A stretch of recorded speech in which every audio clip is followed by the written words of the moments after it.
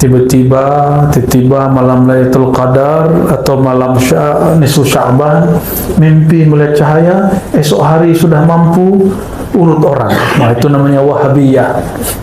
Apa namanya? Atau tiba-tiba habis selesai wirid zikir, tertidur, melihat singa masuk ke badannya. Bangun tidur, dia mampu silat singa.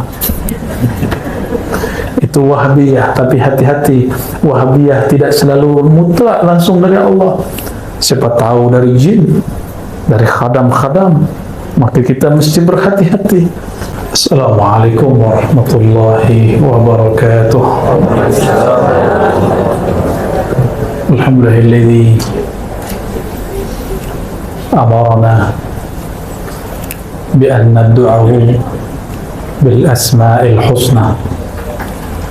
Walhamdulillahilladzi ja'alana min alladhina ajabu da'watahu. Walhamdulillahilladzi ja'alana min ummati sayyidil wujud sayyidil qawnain sayyidina Muhammad. Asyhadu an la ilaha illallah, asyhadu anna Muhammadan abduhu wa rasuluh. Allahumma salli wa sallim wa barik ala hadzal nabiyil karim. Amma ba'du, Allahumma iftah lana ya fattah futuhul arifin wa 'allimna ya 'alim ilman yanfa'una. Amin ya rabbal alamin. Saudara yang melakukan Allah, puji syukur kehadiratnya karena Ia masih mengizinkan namanya mengalir pada lidah kita yang penuh dosa. Alhamdulillah, Allah masih izinkan nama kekasihnya kita ulang-ulang, kita jadikan sebagai wirid, dan itu tiadalah mudah bagi orang-orang kecuali yang Allah bukakan mata hatinya. Maka tiadalah yang diangkat di muka bumi ini kecuali orang yang menyebut namanya, orang yang mencintai namanya, orang yang mewarisi ilmunya. Itulah makna dari surat Alam Nashrah, wa rafa'na laka dzikrak. Dan kami mengangkat bagi engkau, hai Muhammad, zikraka. Zikraka secara harfiah berarti sebutanmu, namamu. Maka bagi ahli ma'rifat yang mengerti dan menjama' antara ilmu yang zahir dan batin, syariat dan hakikat, mereka memaknai zikraka, maka di situ ada zakiruka, orang yang menyebut-nyebutmu juga diangkat. Zakiruka juga bermakna al-arif bika, orang yang kenal kepada engkau juga diangkat. Maka jika bersolawat, berceramah, berdakwah, jangan berniat viral, jadi orang yang populer, ya, famous, ya, masyhur. Nah, niat kita hanya karena Allah membesarkan, meninggikan, mempopulerkan nama baginda SAW, maka kita pun mengatakan, ya Rabb, arfa' dzikra habibana, dzikra habibina kama rafa'tahu. Sebagaimana engkau mengangkat namanya, kami pun mengangkat namanya. Maka siapa yang menyebut-nyebut namanya, dia pun ikut terangkat. Darjah dia pun ikut terangkat. Semoga yang hadir malam ini, terutama sahibul bait Datin Umi Zaidah, ya? Aidah. Semoga beliau dan keluarga dan yang berhadir semua Allah tambahkan nurullah, nur Muhammad SAW. Ini mulailah zaman orang mengingkari kajian nur Muhammad SAW. Padahal jika tuan-puan baca, semua kitab maulid dimulai dengan nur Muhammad SAW. Betul tak? Semua kitab maulid isinya nur Muhammad SAW. Tapi muncullah ada orang mengatakan kajian Nur Muhammad itu kajian daripada pengaruh Kristiani kepada Muslim. Ada juga mufti sini lah, ya, saya tidak tahu negara bagian mana lah itu. Dia kata Nur Muhammad itu ajaran Majusi yang masuk ke dalam Islam. Ya salam, mufti, ya salam. Istafti qalbak qabla an tufti linnas. Minta fatwa dulu ke dalam kalbu sebelum kita memfatwa suatu hal. Kita tidak akan mengancam dia dengan ancaman-ancaman kesesatan. Kita cuma udzakiruhu, mengingatkan dia bahwa sadah kibar ulama, ya, ulama-ulama besar sedari dulu, mereka biasa memulai kajian dengan Nur Muhammad sallallahu alaihi wasallam.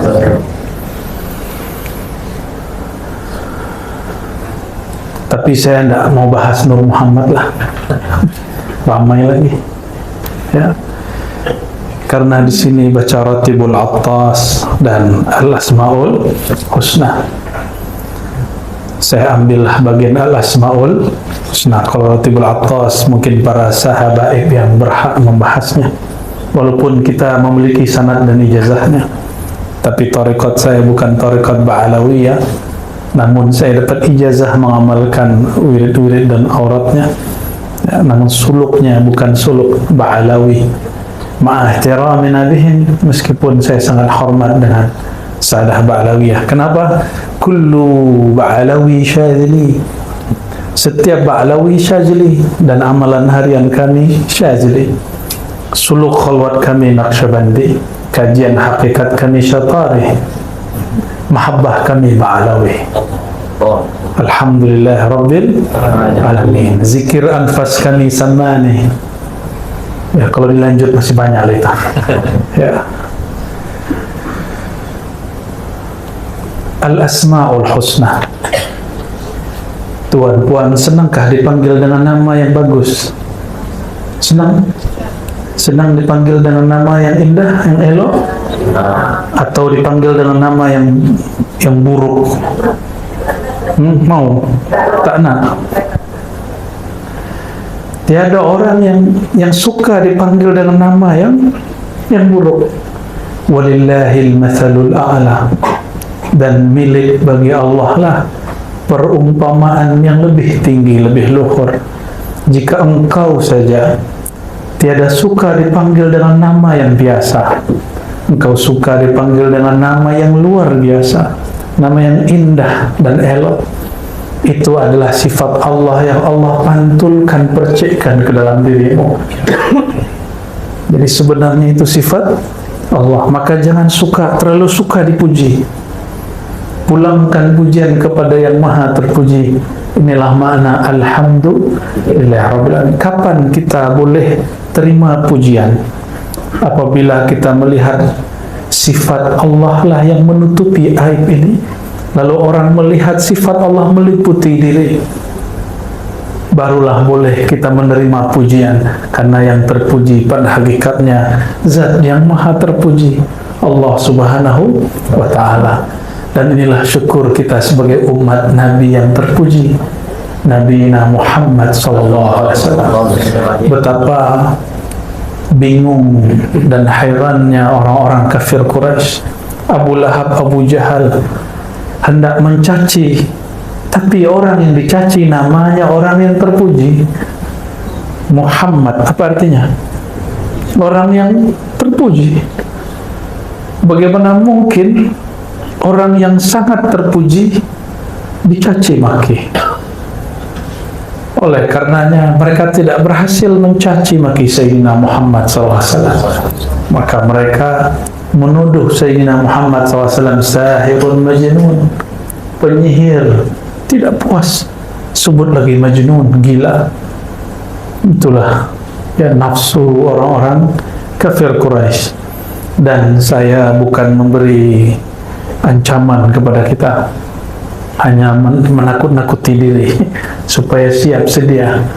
Siapa saja yang mewarisi nur al-Muhammadi sallallahu alaihi wasallam, nur ilmu baginda sallallahu alaihi wasallam, maka ia akan juga dicaci.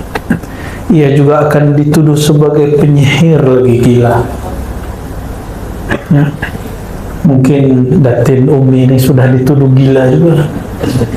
Gila habaib, gila ulama, tersesat sudahnya. Kawan-kawannya mungkin mengira dia sudah gila. Nah, Tapi terserahlah mereka, ya, biarlah kafilah tetap berlalu dan anjing tetap, ya, menggonggong tuh. Allahumma sholli ala sayyidina Muhammad. Walillahil asmaul husna fad'uuhu biha. Maka milik Allah lah nama yang indah, nama yang elok. Maka semua nama terbaik berpulang kepada Allah Subhanahu wa ta'ala. Fad'uuhu biha, maka panggillah Allah dengannya. Apabila saya ni kepada Ustaz, saya panggil hoi, pasti Ustaz tidak mau melirik, betul tak? Hei, pasti tidak mau melirik, karena Ustaz punya nama, punya gelar. Minimal saya panggil Ustaz, ya. Kalau tak tahu nama, panggillah Ustaz, jangan panggil hoi. Hei fulan, tidak. Kita pun tidak suka dipanggil bukan dengan nama, apalagi Allah Subhanahu wa ta'ala. Tapi baiknya Allah itu, Ia menyimpan namanya bahkan dalam satu huruf yang paling ringkas tentang nama Allah adalah Hu. Maka kul huwallahu ahad. Biasanya apabila kita menyebut dia dalam bahasa Melayu lain dengan huwa dalam bahasa Arab. Karena dia dalam bahasa Melayu khusus untuk orang ketiga, orang yang gaib, orang yang hari ini sahabat kita tidak hadir, lalu kita sebut dia, betul tak? Tapi kalau menyebut Allahu, itu menunjukkan tanzih, mensucikan Allah dari semua fikiran-fikiran. Maka maknahu mencakup semua sifat 20. Orang kalau faham belajar sifat 20, ada di sini majelis kajian sifat 20, wajib ada. Kita Ahlus Sunnah wal Jamaah, salah satu simbol kita adalah mengkaji sifat Allah yang 20. Bukanlah Allah itu bersifat hanya 20, tapi karena akal ini terbatas, ulama meringkasnya menjadi 20. Dari 20 orang akan faham bahwa sifat Allah Tabaraka wa Ta'ala tak terhingga. Apabila kita berkenalan dengan seseorang, ta'aruf, pertama yang ditanya bukan sifat dan tempat tinggalnya, di mana duduknya. Pertama yang ditanya adalah apa namanya. Maka awal jalan makrifat mengenal Allah adalah mengenal nama Allah Subhanahu wa ta'ala. Saya lihat wiridnya sudah bagus, suaranya sangat merdu, tinggal suara dan wiridnya diisi dengan warid. Warid itu dimulai dengan ta'lim. Innamal ilmu bita'allumi. Ilmu itu mesti diambil dari guru. Lain dengan futuh, lain dengan wahbiyah. Bukan wahabi. Wahbiyah itu pemberian bakat dari Allah, ya. Tiba-tiba malam Lailatul Qadar atau malam nisfu Sya'ban, mimpi melihat cahaya, esok hari sudah mampu urut orang. Nah, itu namanya wahabiyah. Apa namanya? Atau tiba-tiba habis selesai wirid zikir, tertidur, melihat singa masuk ke badannya. Bangun tidur, dia mampu silat singa. Itu wahabiyah. Tapi hati-hati, wahabiyah tidak selalu mutlak langsung dari Allah. Siapa tahu dari jin, dari khadam-khadam. Maka kita mesti berhati-hati. Dan cara menetralkannya, membersihkannya, cukup dengan kalimat tauhid, la ilaha illallah. Orang yang kuat baca la ilaha illallah, Allah bersihkan dia dari ilmu-ilmu jahat. Dan coba tuan-puan perhatikan di dalam Al-Quran, lafaz la ilaha illallah, seingat saya hanya ada 2, 4 atau 2, saya lupa, nanti tolong diingatkan. Seingat saya hanya 2 atau 4. Selebihnya lebih dari 20 ayat menyebut Allahu la ilaha illahu. Kadang dia guna lafaz Allah, kadang dia menyebut dirinya huwa. Maka huwa dalam bahasa Arab tidak hanya berarti dia dalam bahasa Melayu, tapi huwa ghayatut tanzih, ismun lit tanzih, nama untuk mensucikan Allah Ta'ala. Inilah yang tidak difahami oleh beberapa da'i-da'i. Ya, kita maklumi karena ilmu itu berkembang. Ya, siapa tahu nanti dia merevisi kata-katanya yang mengatakan zikir dengan hu bid'ah. Nah, sudah ada di Malaysia yang bercakap begitu. Sudah ada fatwa begitu. Ya salam. Siapa yang tak kenal dengan Imam Izzuddin bin Abi Salah, Imam Fakhruddin Ar-Razi? Buka Fakhruddin Ar-Razi, kalau yang di depan Ar-Razi. Ini Imam Fakhruddin Ar-Razi. Imam Fakhruddin Ar-Razi, beliau wafat lebih kurang 606 Hijriah. Sekarang sudah berapa? 1446. Sudah berapa abad? Satu abad 100 tahun. Sudah berapa abad? Lama gitu ya. 14 kurang 6 berapa? 8 abad, 800 tahun lebih yang lalu. Beliau telah tulis di jilid pertama daripada tafsir Mafatihul Ghaib Imam Ar-Razi. Beliau menyinggung banyak sekali rahasia daripada nama hu. Mana orang yang katanya pintar, cerdas, kenapa tidak membaca kitab ini? Ya, jadi hu itu nama. Oleh karenanya Imam Ahlus Sunnah yang bernama Abdul Qahir Al-Baghdadi, boleh diulang namanya? Abdul Qahir punya kitab Usuluddin dan Al-Farqu Bainal Firaq. Apa nama kitabnya? Usuluddin satu, yang kedua Al-Farqu Bainal Firaq, ada lagi yang ketiga Al-Asma' wa Sifat, 3 mujalladat, 3 jilid. Beliau mengatakan hu ismun min asma'ihil husna. Huwa adalah salah satu nama Al-Asma'al Husna. Ya, maka kalau kita zikir nas'aluka ya man huwallahu la ilaha illahu. Imam Abul Hasan Syazili, guru daripada Imam Izzuddin Abi Salam, imam mujtahid di zamannya, tapi tidak keluar dari mazhab Syafi'i, tapi dia punya pandangan yang lain dengan Imam Syafi'i untuk beberapa hal. Beliau punya guru Imam Syazili yang punya Hizib Bahar, ya, salah satu hizib yang saya suka, dan kami di Ribat pagi petang mengamalkan wirid asas, astagfirullah 100, la ilaha illallah 100, salawat 100, subhanallah 100, itu di hati beliau. Imam Syazili, salah satu doa asma al-ismul a'azam, nama yang agung yang jika kita memohon dengan nama itu adalah hu. Maka beliau berdoa ya hu, ya hu, wahai yang menyebut dirinya huwa. Waw itu waw zaidah, pada dasarnya hanya hu. Waw itu tambahan dalam bahasa Arab. Jadi al-aslu fihi hu, bila waw.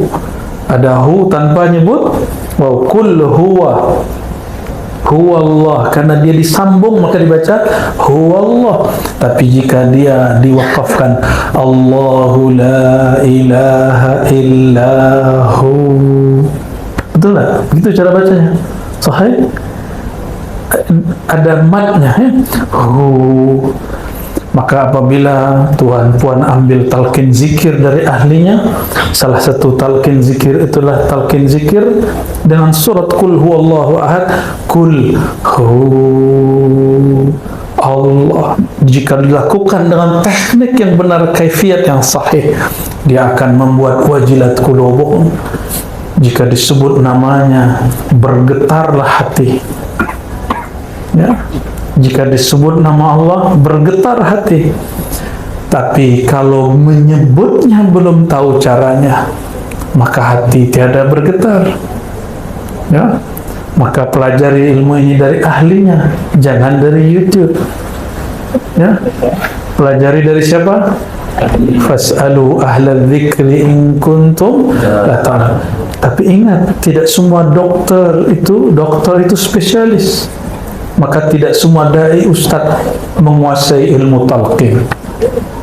Banyaklah orang mentalkin dan memberi ijazah, tapi sedikitlah orang yang punya sir daripada la ilaha illallah. Ambil dari ahli sir, ahli zikir, insyaallah nur Allah akan hidup di dalam kalbu kita. Orang nur Allah hidup di kalbunya, maka sebesar apapun dosanya tidak akan membuat dia putus asa untuk pulang kepada Allah, karena dia tahu ini yang kami kaji tadi pagi, ya, tapi karena memang tidak ada live, ya. Apa itu? Was-was syaitan dan terjerumusnya seorang hamba dalam maksiat itu adalah jalan bagi salik untuk kembali kepada Allah. Maka min alamati, di antara husulit taubah, terbitnya nur taubat pada diri seorang hamba, si hamba dimunculkan rasa dia bersalah di hatinya, rasa dia berdosa di hatinya. Coba perhatikan, Sayyidina Muhammad SAW berdosakah? Ada dosa Nabi Muhammad SAW? Tuhan, hari ini ada dosa? Matanya berdosa? Lidahnya kalau usah pandang orang, pandang diri kita, ya. Kolbunya hari ini dosa enggak? Kita tidak usah memandang siapapun, pandanglah diri ini penuh dengan dosa. Dosa itu kotoran. Senangkah, sudihkah tuan puan memandang orang yang di pada tubuhnya, badannya, wajahnya ada kotoran? Nah, apalagi Allah Subhanahu wa ta'ala. Allah memandang kepada wajah kalbu. Apabila mata ini berdosa, kalbu langsung hitam, dan Allah tidak suka kalbu yang hitam. Tapi itu dosa zahir, mendengar aib orang, ya, membicarakan aib orang, itu dosa zahir. Ada dosa yang tersembunyi. Adakah rasa mohon maaf hari ini diri kita merasa lebih soleh daripada orang lain? Ada? Merasa diri ini lebih alim dari orang lain? Ada rasa itu? Ada merasa diri ini lebih berilmu daripada orang yang duduk di kiri kanan kita? Ada rasa itu? Jika itu ada, ya Tuhan jawab di hatilah. Jika itu ada, itu dosa lebih besar dari dosa memandang yang haram. Hari ini kawan kita, sahabat kita mendapat rezeki dari Allah. Ada rezeki materi, uang kah, duit kah?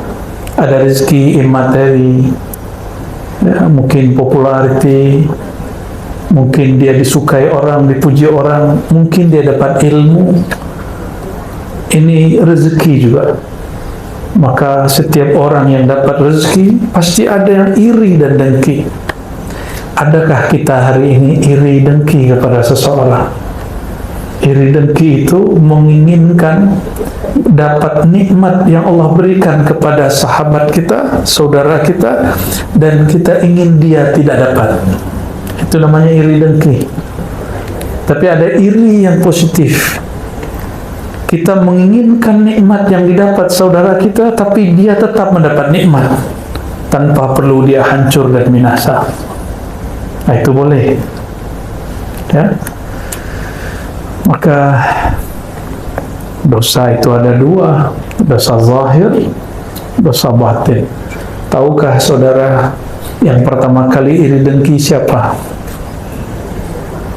Iblis. Yang pertama kali sombong siapa? Iblis. Maka siapa yang merasa dirinya lebih, siapa yang iri dengki kepada orang, dia sudah mengambil sifat-sifat iblis. Dan ini wajib kita bertobat padanya. Maka apabila setiap Bani Adam memang berdosa, namun tidak semua Bani Adam merasa berdosa. Sayyidina Muhammad SAW dan semua para Nabi berdosakah? Nabi Muhammad punya dosa? Betul. Betul? Sahih? Ya. Kecuali Ibnu Taimiyah, Imam Salafi Wahabi, mengatakan para Nabi berdosa, dosa kecil. Ini Ibnu Taimiyah, ya, yang disebut oleh kelompok Salafiyah Syekhul Islam. Dia tanggung jawab dia di hadapan Allah nanti. Ya, kita tidak ada urusan. Dalam akidah Ahlussunnah yang kita anut, para Nabi, terutama Nabi Muhammad SAW, tiadalah ia berdosa. Disebut maksum. Ada namanya maksum. Maksumah, ada punya nama maksumah? Ada, maksum. Ada. Siapa suaminya? Arwah. Allahumma salli ala sayyidina Muhammad. Nabiyyina Muhammad SAW. Perhatikan, ada muhim, ini penting sekali. Nabi kita tidak berdosa, tapi ia merasa berdosa. Saya, kita, tuan-puan hari ini, kita pasti berdosa, tapi kita tidak merasa berdosa. Betul ya? Para Nabi alaihimussalatu wassalam memandang dirinya jika melanggar satu adab, maka dia sampai dia wafat dia bertaubat kepada Allah SWT.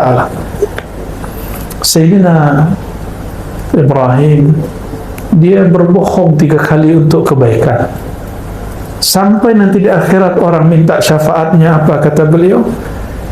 Duhai umatku, bukankah aku ini Nabi yang berdosa 3 kali berdosa, 3 kali berbohong? Itu para Nabi. Para Nabi, dia berbuat sesuatu dan dia merasa bersalah di dalamnya. Maka semua para Nabi tawabin. Semua Nabi itu ahli taubat. Ingin merasakan nikmat bertuhan, ingin merasakan nikmatnya zikrullah, benar-benarkan, betul-betulkan taubatnya. Apakah kita senang masuk ruangan tapi ruangannya kotor? Masuk masjid surau, suraunya berdebu, apa namanya nih? Tikar apa? Karpetnya sudah kotor, ya, banyak debunya, banyak kotoran-kotoran di dalamnya. Nyamankah? Tidak. Para imam ahli zikrullah, mereka ijma', qalbul mu'min baitullah. Rumah Allah, surau yang hakiki, masjid hakiki, bukan bangunan fisik itu. Karena bangunan fisik itu boleh diubah nanti jadi gereja. Seperti Hagia Sophia, sudah dari gereja jadi masjid, masjid jadi gereja, gereja jadi museum, museum jadi gereja, jadi masjid lagi. Kalau bangunan boleh diubah, tapi kolbu ini tidak boleh dirubah. Ya. Maka ini yang disebut baitullah hakiki. Jika seseorang masuk ke dalam dirinya, di dalam dirinya masih ada noda mata, noda telinga, noda pandangan, pendengaran, noda lisan, noda tangan dan kaki, noda qalbu, maka ia tidak akan lama tahan zikrullah. Dia tidak akan lama tahan dalam baitullah yang ada dalam dirinya. Padahal Sayyidina Muhammad SAW mengatakan dalam hadis yang sahih, idza ra'aita ahadan, ya, jika engkau melihat seseorang, ya, suka datang ke masjid, fashhad lahu bil iman, maka saksikanlah dia benar-benar beriman. Oleh Imam Ghazali dimaknai bukan saja datang ke masjid yang fisik, itu betul, itu zahir iman. Tapi iman yang sesungguhnya apabila seseorang dia betah, dia nyaman, dia senang masuk ke dalam Baitullah yang ada di dalam dirinya. Maka lihatlah orang-orang dia nyaman, dia suka lama-lama zikrullah. Dia sungguh menikmati lama-lama ketika berselawat. Ya, bukan karena suara yang indah saja, tapi karena suara di dalam kolbunya sudah sangat indah.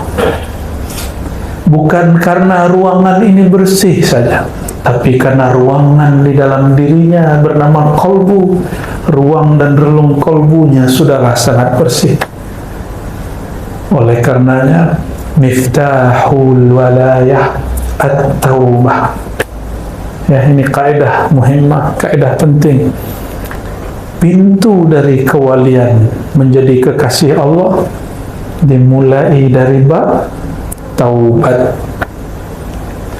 Apabila kita selesai wudu, apa yang kita baca? Allahumma ja'alni. Tapi orang lupa, ada satu adab yang dilupa, bahwa Nabi SAW memberi doa beragam. Salah satunya syahadat asyhadu an la ilaha illallah wa anna Rasulullah, baru Allahumma ja'alni minat tawabin. Ya Allah, jadikan aku termasuk golongan yang bertaubat.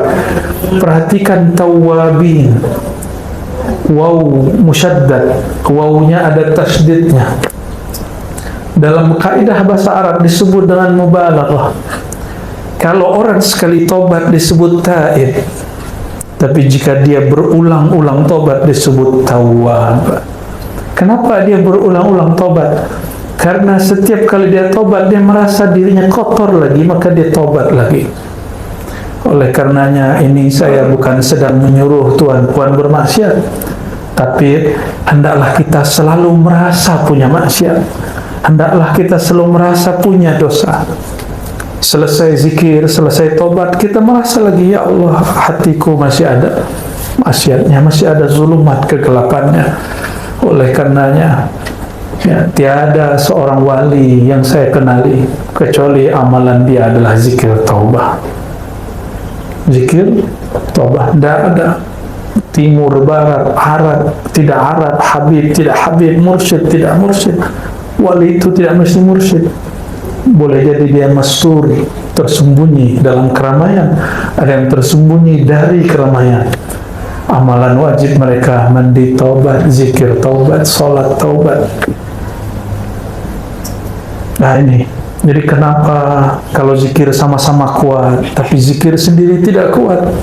Karena zikir taubatnya belumlah sempurna. Ya. Allahumma salli ala Sayyidina Muhammad. Satu kali Sayyidatuna Rabi'atul Adawiyah, Sayyidat Sufiyah. Jadi Sufi, wali Allah tidak hanya laki, tapi juga ada wanita, perempuan. Beliau sebagaimana diriwayatkan oleh Imam As-Suhrawardi dalam Awariful Ma'arif, apabila ia beristighfar, bertobat, dia berkalam. Kalam yang wali laki tidak pernah tahu kalimat itu, tapi dia tahu lafaz itu. Apa kata dia? Astaghfirullah fi istighfari. Aku mohon ampun kepada Allah, aku memohon maaf kepada Allah. Kenapa? Karena istighfarku tidak sungguh-sungguh. Orang jika sungguh-sungguh beristighfar, air matanya mengalir. Atau fi qalbihi an-nadam, di kolbunya ada rasa dia menyesal. Tapi selama ini kita istighfar baru menghitung zallah, ya, belum ada rasa yang ditumbuhkan, belum ada penyesalan yang dirasakan. Padahal Sayyidina Muhammad SAW mengatakan an-nadamu taubah, indikator seseorang diterima taubatnya dia ada penyesalan terhadap yang dia lakukan. Dan an-nadamu alamatuhu al-buka. Salah satu ciri dari orang yang menyesal, matanya berkaca-kaca menangis. Oleh karenanya, pelajari ilmu taubat, tidak usah tinggi-tinggi ilmunya. Mau jadi kekasih Allah, baguskan taubatnya, baguskan istighfarnya.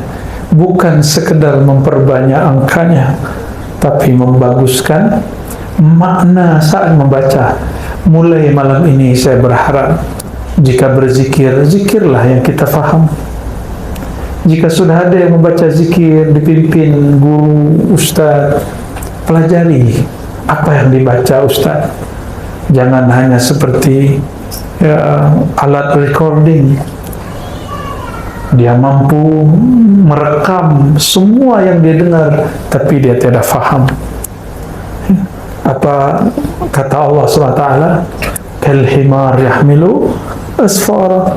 Hanya seperti, mohon maaf, keledai himar yang mengangkut lembaran-lembaran ilmu, tapi dia tidak tahu apa yang dia bawa. Saudara-saudariku makan Allah, saya ini juga bukan orang suci. Setiap hari merasa di kolbu saya ada dosa, ada yang masuk, mau tidak mau masuk. Awalnya kita berputus asa, tapi ternyata para masyaikh mengatakan, idza aradallahu ay yarfa'abdahu,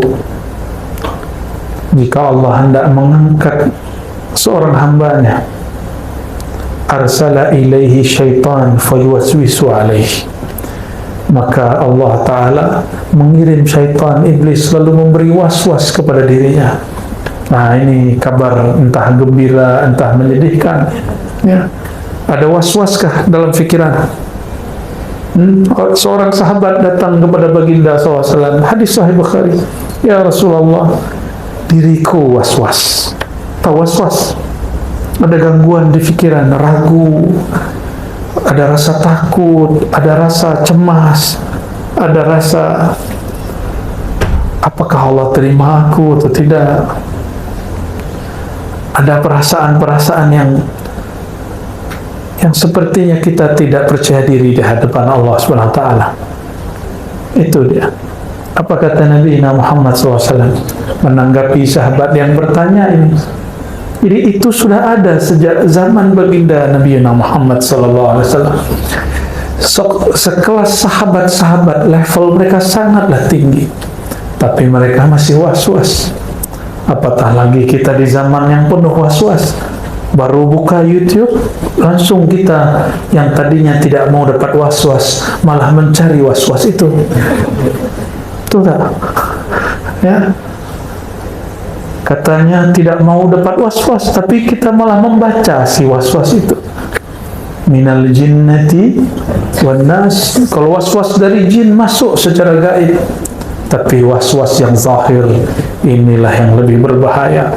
Kita baca komennya, baca statusnya, baca kalam-kalamnya, mendengarkan podcastnya. Ya, kita yang mencari ulah, kita cari penyakit sendiri, lalu salahkan orang lain, bahkan menyalahkan Allah. Ya, Allahumma salli ala Sayyidina Muhammad. Maka mengambil ibrah dari Imam Abu Bakar Al-Banani tadi, dan juga Sayyidatus Sufiyah, penghulunya para sufi yang arifah billah, yaitu Sayyidatuna Rabi'atul Adawiyah. Istighfar kita wajib diistighfarkan. Istighfar kita wajib diistighfar. Kenapa? Kita tidak bersungguh-sungguh dalam beristighfar. Dan Sayyidina Suhawardi mengatakan, betapa banyak orang baca istighfar, lidahnya minta ampun, kolbunya tidak. Lidah minta ampun, kolbu tidak. Lidah mengaku, kolbu tidak. Na'udzubillah min dzalik. Hadis yang sering saya baca, innallaha yanzuru ila qulubikum, Allah yang ia tatap, bukanlah lidahmu, bukan suaramu, bukan tasbihmu. Yang dia tatap apa? Qalbumu. Ini bagian terakhir yang mau saya sampaikan. Kalau kita tidak bertemu orang yang kita suka, orang yang penting dalam hidup kita, jika tidak jumpa, pastilah kita membaguskan pakaian yang dilihat. Kalau perlu, puan-puan ini berhias diri, ya, wajahnya pakai apa wajahnya? Pakai cat putih, pakai apa? Kosmetik, bedak, supaya apa? Jika ada kekurangan di wajah, ditutup supaya terlihat cantik. Jika laki-laki sebelum dia datang ke majelis, dia pakai cleanser ya, supaya terlihat mukanya tidak berminyak, supaya nanti terlihat handsome. Oleh siapa? Oleh orang yang di belakang sana, padahal yang di belakang hanya melihat punggung dan kepala dia. Kenapa kita hendak berhias jika hendak berjumpa makhluk? Padahal Allah selalu mau jumpa dengan kita, dan ada perjumpaan yang resmi, yaitu waktu kita sholat. Ya, yazunnuna annahum mulaqu rabbihim. Sholat itu perjumpaan yang resmi. Dan Allah yang ia tatap bukan wajah ini, yang ia tatap wajah qalbu. Wajjahtu wajhiya lilladzi fatara as-samawati wal ardh. Aku hadapkan wajah qalbuku kepada pencipta langit dan bumi, pencipta qalbu ini. Maka jika hendak bertemu Allah Ta'ala, bersihkan wajah qalbu, berilah hiasan yang layak baginya, sehingga Allah yang maha memandang suka dan senang memandangnya. Apa tanda Allah suka memandangnya?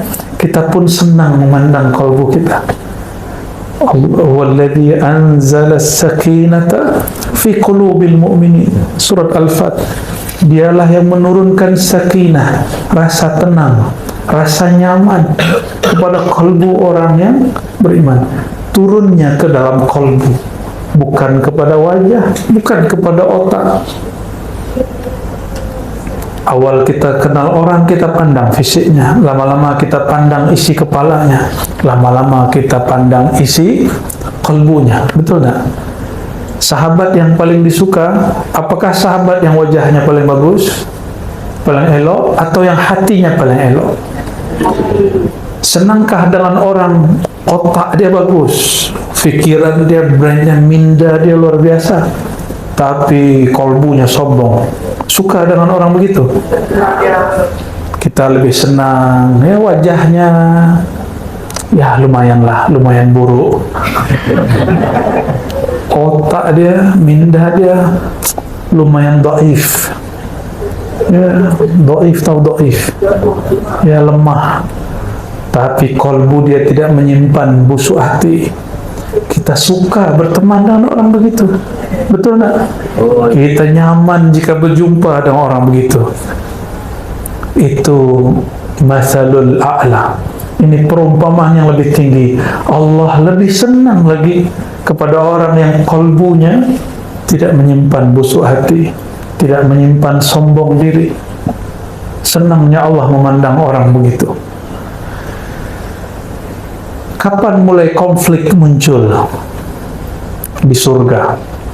Ketika Azazil yang kemudian diberi gelar iblis merasa dirinya lebih tinggi daripada Sayyidina Adam, dan dia iri kepada anugerah Allah kepada Sayyidina Adam, maka bermulalah konflik, bermulalah pertengkaran. Ya, jangan sampai itu terjadi. Kita punya sahabat, wajahnya senang kita melihatnya, akal fikiran minda dia juga sangatlah cerdas, IQ-nya sangatlah tinggi, qalbunya sangatlah baik.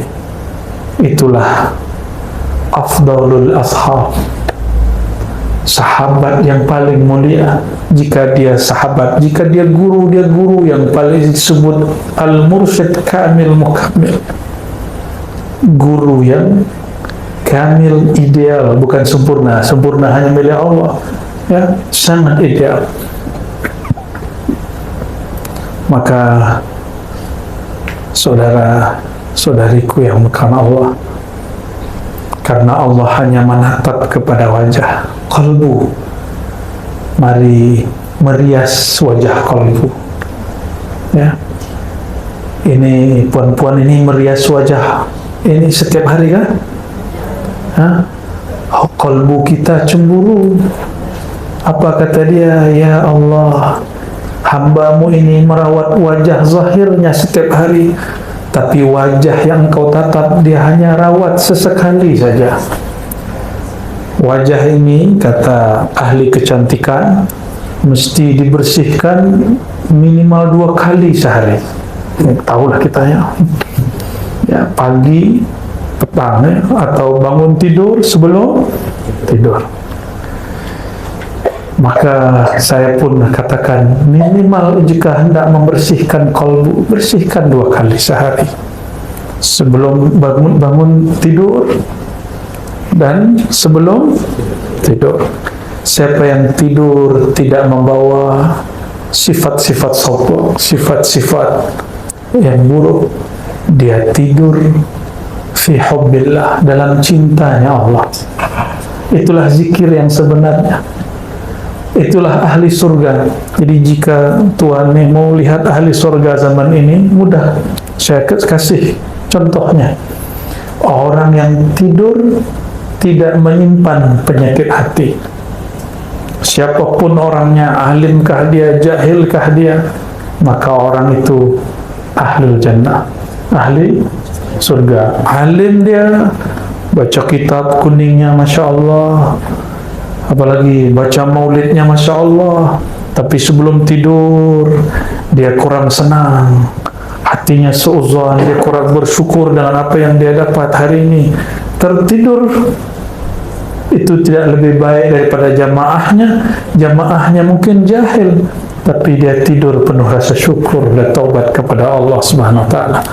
Maka nanti sebelum tidur, nah ingat-ingat, sebelum tidur, kata Nabi Muhammad SAW, ini sunnah Nabi, idza arada ahdukum ila firashihi, jika kamu hendak mau ke tempat tidurnya, falyatawadda wudu'ahu lis-shalah, maka berwuduklah, bersihlah seperti dia hendak salat.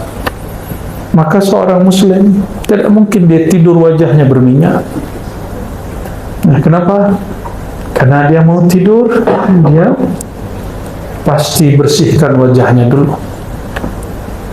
Jadi Rasulullah SAW sangat mengerti bab berhias. Lalu setelah itu apa? Bacalah zikir-zikir yang sudah mungkin kita tahu semua. Tapi ada satu hal yang terpisah hadisnya. Janganlah tidur dalam menyimpan rasa sakit hati kepada siapapun. Ada rasa sakit hati kah kepada orang? Masih ada? Masih ada dendam? Masih? Saya lihat ini sebagian masih menyimpan dendam ini. Masih ada 1-2 lah ini. Dapat dibaca dari gores mata. So, kan tahu alam gaib tidak. Ya. Kita tahu orang wajah lapar. Kenapa? Terlihat di wajahnya. Bukan berarti kita tahu alam gaib, tidak. Sayyidina siapa yang Yahudi ini namanya? Abdus Salam, ya. Seorang Yahudi yang masuk Islam. Kita tak benci Yahudi karena Yahudinya. Kita benci Yahudi yang Zionis, yang jahat kepada sesama manusia, apalagi Muslim yang sedang ada di sana. Sayyidina Abdus Salam diperintah oleh amatinya, bibinya, wahai Abdus Salam, orang cakap ada orang baik datang ke Madinah mengaku sebagai Rasulullah. Jika benar dia Rasulullah yang ada di kitab Taurat kita, maka lihatlah wajahnya, apakah wajahnya wajah orang jujur atau pembohong. Pergilah. Maka pergilah Abdus Salam kepadanya. saat semua orang Madinah menyambut baginda Nabi Muhammad SAW, maka dia tatap wajah Nabi, lalu dia pulang. Apa kata dia kepada bibinya? Wahai bibi, ma ra'aitu fihi wajhal kizab. Aku tidak melihat ada gores kebohongan, kedustaan pada wajahnya. Berarti ilmunya ada. Ini namanya ilmu firasah yang kemudian dikumpulkan oleh Imam Fakhruddin Ar-Razi. Itu Imam Fakhruddin Ar-Razi lagi, Imam Ar-Razi lagi ya. Beliau kumpul satu buku judulnya Al-Firasah. Ini boleh dimumarasahkan. Sayangnya yang guna ilmu ini orang China, Feng Shui. Itu ilmu firasah, itu bukan khurafat. Di Sumatera, di Jawa, itu orang tua-tua dulu ada ilmu itu, tapi dikhurafatkan oleh Wahabi. Ya, padahal ilmu itu ada. Ya. Akhirnya orang-orang hari ini mengharamkan yang tidak haram, menganggap syirik yang tidak syirik. Ya. Na'udzubillah min dzalik. Kembali kepada yang tadi. Jika hendak tidur, setelah kita bersihkan yang zahir, bersihkan juga yang batin. Maka sebelum tidur pegang dadanya, katakan, ya Allah, jika ada di dalam hatiku rasa benci, rasa sakit hati, rasa bermusuhan, rasa sombong, rasa semua yang buruk-buruk, tolong Engkau angkat dan hapus ya Allah. Barulah baca Bismikallahumma. Coba nanti, dan hidupnya pasti bahagia. Mau tahu orang paling bahagia? Orang yang di dalam tidurnya tidak menyimpan dan tidak membawa satupun sifat-sifat yang buruk. Ya. Dan semoga Allah menulis kita fi diwanit tawabin, dalam daftar nama-nama ahli taubat. Wala yaqbiduna illa wa nahnu minhum. Dan jangan sampai kita dicabut ya Allah ya. Dan kecuali kita dalam keadaan bertobat kepada Allah Subhanahu wa ta'ala. Lebih kurang itu ya. Semoga Allah Ta'ala menerima kita semua. Iqbalna ya tawwab, ij'alna minat tawwabin bihaqqi Sayyidina Muhammad Sayyidit Tawwabin. Astaghfiruka, nastaghfiruka fi istighfarina. Ikuti ya Allah, ya Allah, ya Allah. Kami memohon ampun ya Allah, dosa mata kami ya Allah, memandang yang haram ya Allah, memandang hina orang lain ya Allah. Ampunkan dosa pandangan kami ya Allah, dosa pendengaran kami ya Allah, dosa lisan menyakiti sahabat kami ya Allah, dosa kolbu ya Allah, dosa sombong ya Allah, dosa angkuh ya Allah, dosa iri dengki ya Allah, dosa lalai mengingat Engkau ya Allah. Allahumma ya Allah, tahhir qulubana, bersihkan kalbu kami, bersihkan hati kami dari semua penyakit-penyakit hati, sembuhkan jiwa kami dari semua penyakit-penyakit kerohanian. Allahumma ya Allah, la taqbidna, jangan Engkau menjemput nyawa kami, illa wa naqulu la ilaha illallah, kecuali Engkau takdirkan kami membaca la ilaha illallah Muhammadur Rasulullah. Allahumma ja'alna minat tawabin, Allahumma ja'alna minat tawabin, Allahumma aktubna fi diwanit tawabin. Ya Allah, terima taubat kami, terima taubat kami, dan tulislah nama kami pada daftar nama orang-orang yang bertaubat.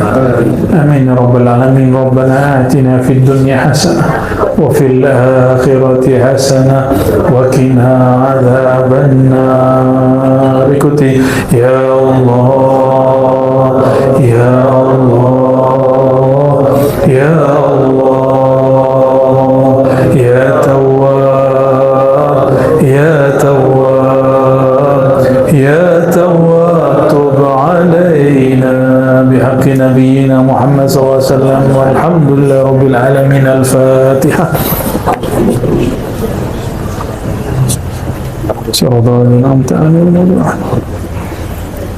Lebih kurang itu yang dapat kami sampaikan. Mohon maaf salah kurangnya.